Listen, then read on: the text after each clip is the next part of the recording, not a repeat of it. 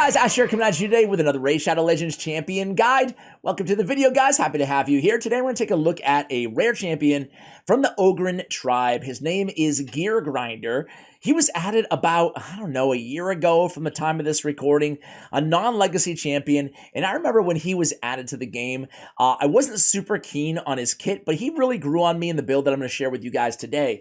No lore for this champion, so we're going to get kind of straight to it. One of the reasons that he grew on me is they added a Doom Tower secret room on the hard track. I think it's secret room 7 on this Doom Tower cycle right now. So you may or may not have noticed here on the channel, I'm trying to do, like when I have these crazy rare only rooms, especially niche ones like HP only, I'm trying to do those champions while I have that Doom Tower, cycle in progress. So anyway, we have that today. I'm going to show you that run. Geargrinder is kind of the star of the show because he's, a hard to find reviver in the Geargrinder tribe, right? So they don't have revivers in Geargrinder tribe. If you haven't looked, we don't have anybody. They need to add more revivers, but at least we have a rare. At least we have somebody. I'm double guessing here. Ugo has like an emergency revival in her kit, if she's the last living ally or something like that. But come on. A dependable reviver? I can't believe there's none. Anyway, there is somebody. There's Geargrinder. So it was much needed in Geargrinder tribe. So obviously Faction Wars, this guy's going to help you out a ton. Let's take a look at his kit, and then we'll talk more about him. Attacks one enemy on Gears of Gore. Actually, let's look at him first, right? My man here is covered in the tribal tats. Must have got them all in the late 90s, early 2000s. And I can talk because I also have a tribal tattoo.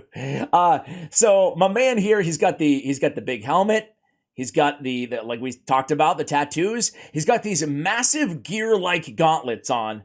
And I'll tell you what, he's a cool-looking champion, man. He's like right out of the dungeon, right? He reminds me of like an executioner type dude. Undertaker, is that what they're called?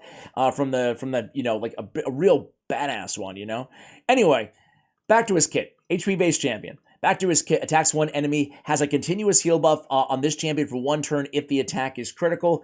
I'm not building him with crit rate only for this weak version of continuous heal on his A1.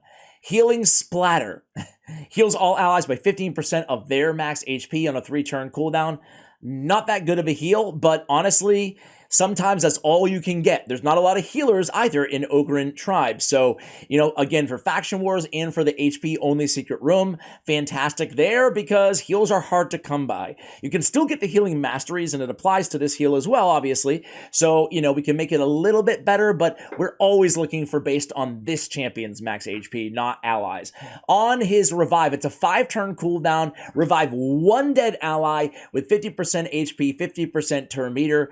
You might be saying, that's it? For a rare champion, it's actually not a bad revive. You can kind of compare that to Reliquary Tender, for example. It's definitely better than her revive. I want to say, whoa. I want to say hers is on a 5-turn cooldown as well. It is. And she has 30% HP, 30% turn meter. So on a 5-turn cooldown, we get that little bit bump, And, there's not that many great rare revivers out there anyway. Not saying he's the best, but he's certainly up there. Anyway, back to his kit here. I think we covered most of it. His aura is HP and Faction Crypts by 25%. So again, solid to use in Faction Crypts. His base HP 19.3 is actually pretty dang good for a rare champion, right? So he is an HP-based champion after all. It ought to be. His defense isn't awful, but it's not great for a rare. It's 914. I would call that around average, maybe slightly above average for a rare, but not much to write home about. Let's go ahead and see how we have him geared out. So for me, this is a very basic champion, right? Again, I'm not building him for crit rate, so I don't care so much about that continuous heal. He's got a mediocre heal and he's got a decent revive. That's it. So I like to try to get a little bit extra value out of a champion that is this bland, especially an HP-based champion, okay? His HP scales fairly well, so why not put him in a shield set, right? Now we can run him in shield, and we can use him in dungeons in the early game, in the mid game. We can use him certainly in Faction Wars. The cool thing is for Faction Wars in this build, in just a shield set and an immortal set, we can easily run him at level 50. We don't have to take him all the way to 6 stars, nor would I advise you guys max him out all the way to 6 stars, honestly. Even without books, you can run this dude because you're getting the damage on the A1. Who cares? Hades has him as a 3 overall score. Again, I have a soft spot for this dude. He has a weak rating on the A1 anyway, so why would you want to book him out for damage, and why would you want to build him for crit rate only for that little version of the continuous heal on himself? Frankly, he's not going to be the first champion to die anyway, nor would you want him to be. He's your reviver, but, you know, I don't know. I'm not building with crit rate for this ability. And I'm also not advising you guys book him until you're ready for Doom Tower Hard Secret Room 7 on this cycle, this rotation.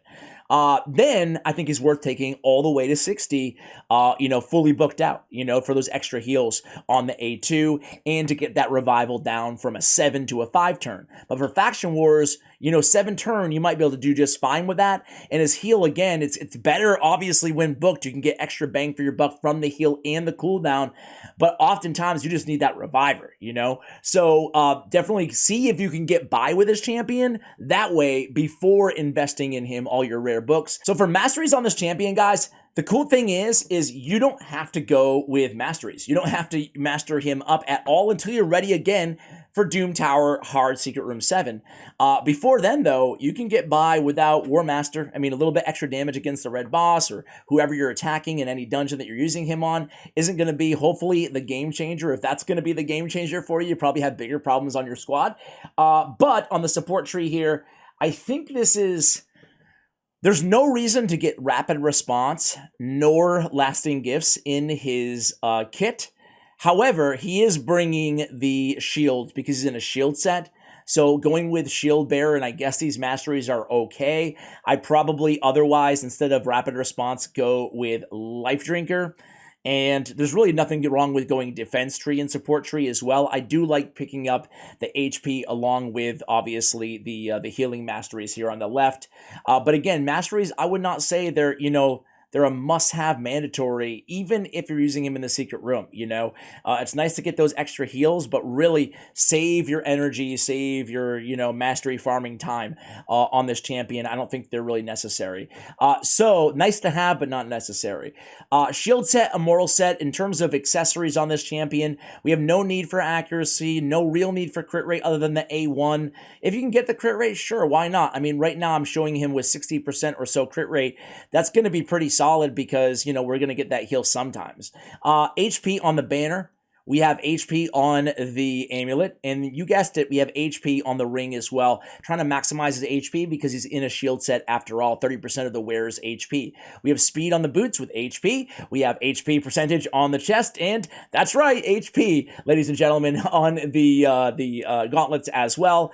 And of course, just trying to get some speed where we can find it. Total stats on this champion are going to be 87k, not too bad, 203, and then that's about it, really. So stat priorities on him, guys.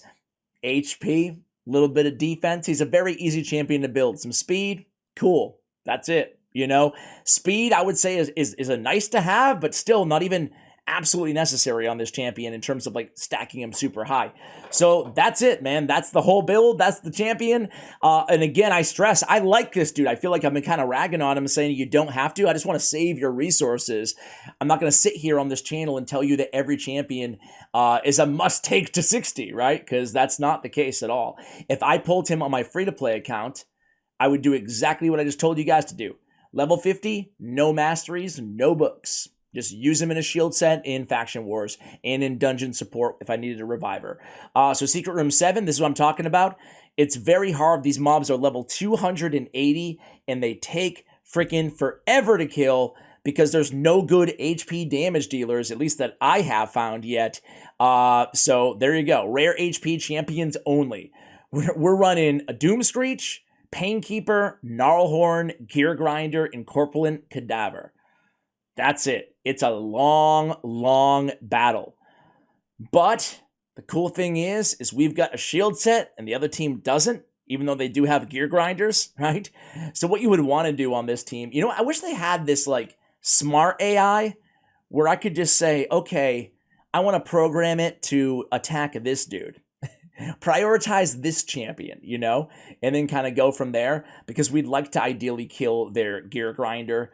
But anyway, guys, I'm not going to sit here and make you watch this entire thing. You can see he's landing the critical hits and getting that continuous heal on his A1. So it's one of those champions that you don't have to build his, you don't have to focus on getting his crit rate to 100%, but it's a nice to have, you know, if you can get it to 50% or 40%, you'll still be getting those sometimes, which I guess is fine, but he's never really going to get, on the other side of the equation, his health is never really going to get that low. I mean, this dude is a freaking tank, you know, for a rare in terms of his HP.